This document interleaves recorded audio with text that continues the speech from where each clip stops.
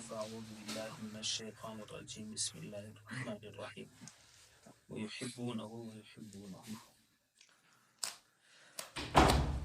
پچھلے جمعے کو نقش بندیہ کا مراقبہ نمبر 18 تھا، جس میں محبت اول کا بیان ہوا تھا.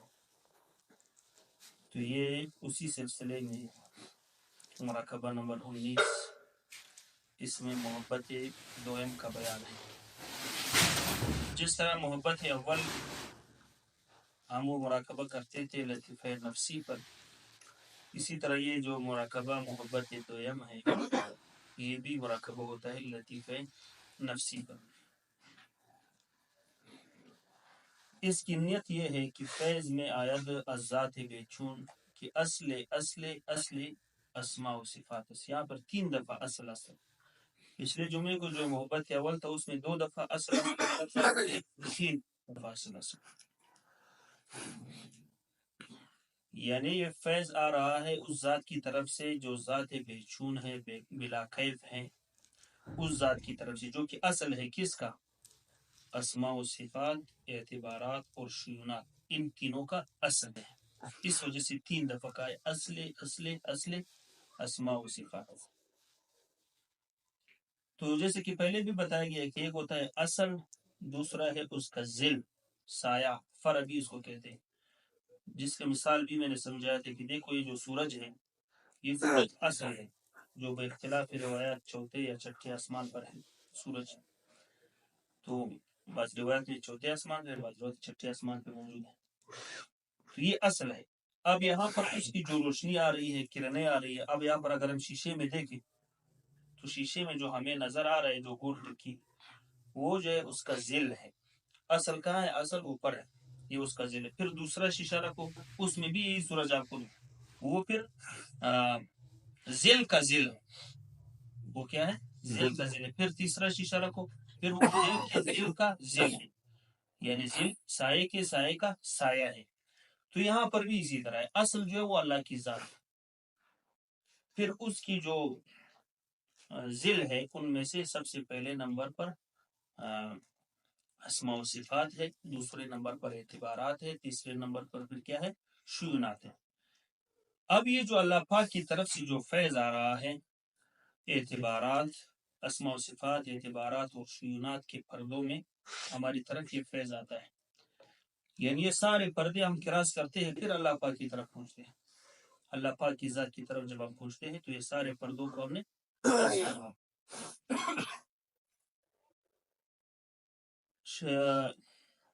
شیخ عبد القادر جیلانی رحمہ اللہ کا ایک شعر ہے فارسی کا، اس میں انہی کو اس کی وضاحت تھوڑی سی کی گئی ہے.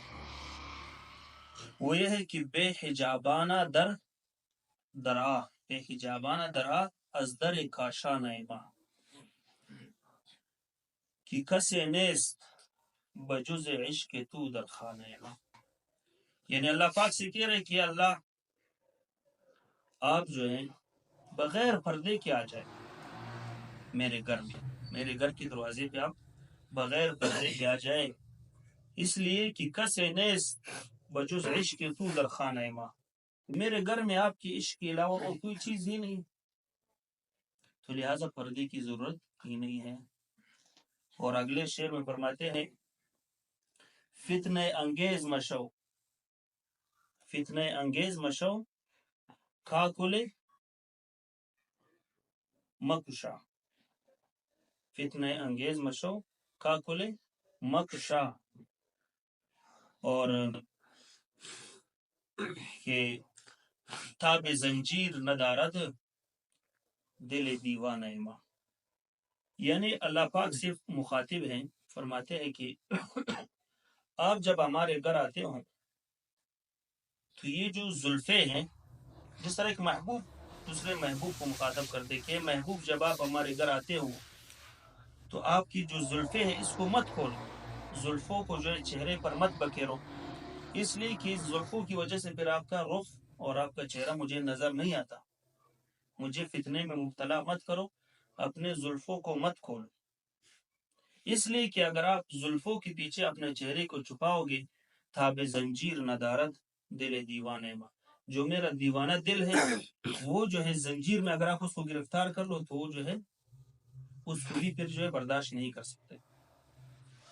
یعنی زنجیروں میں میرے دل کو مت باندھو، اس لیے کہ میرا دل جو اس کا تاب نہیں رکھتا.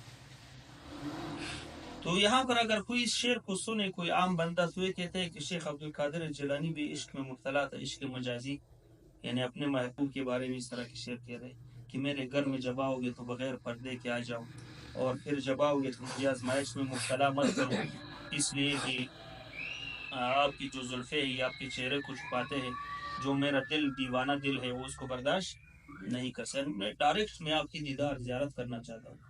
تو دراصل یہاں پر اللہ پاک کی طرف مخاطب ہے، یعنی اللہ پاک سے شیخ عبد القادر جیلانی مخاطب اس طور پر ہے کہ یہ آپ کے جو اعتبارات اور شیونات اسماء صفات ہے ان میں کے بیچ جو ہے پھر آگے جا کر آپ مل جاتے ہو، ڈائریکٹ مجھے مل، اس لیے کہ مجھ میں اتنی برداشت نہیں ہے کہ ان چیزوں کے سے ہوتے ہوتے پھر آپ تک پہنچ جاؤں. تو یہ ہے اس شعر سے بالکل ہمیں واضح طور پر سمجھ آتا ہے کہ ایک تو ہے اصل، پھر اسماء و صفات ہے، پھر اعتبارات ہے، شیونات ہے، اس کی زلال ہے، اس کی فروعات ہے.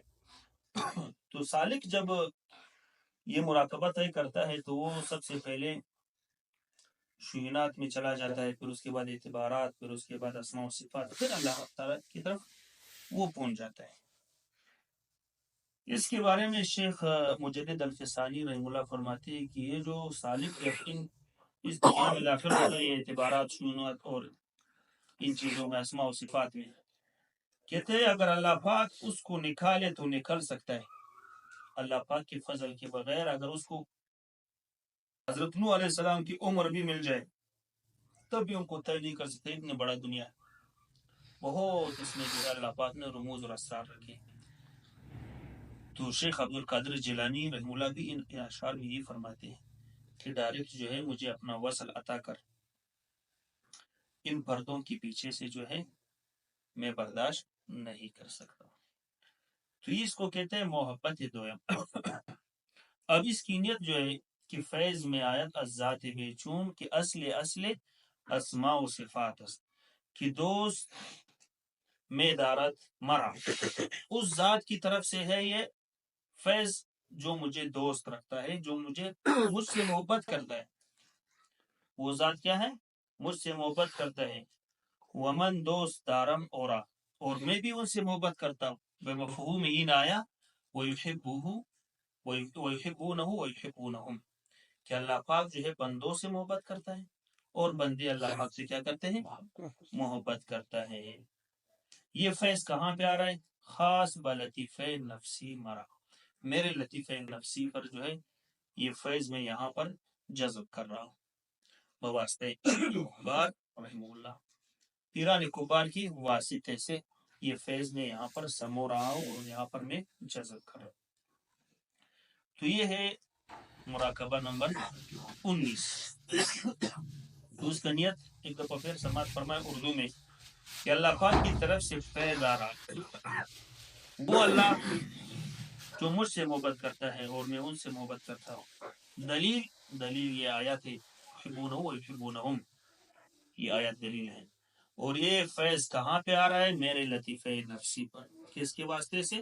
جو بڑے بڑے اولیاء اللہ ہے، پیران کبار ہے، ان کے واسطے سے یہ فیض یہاں پہ آ رہا ہے مجھے. صدق اللہ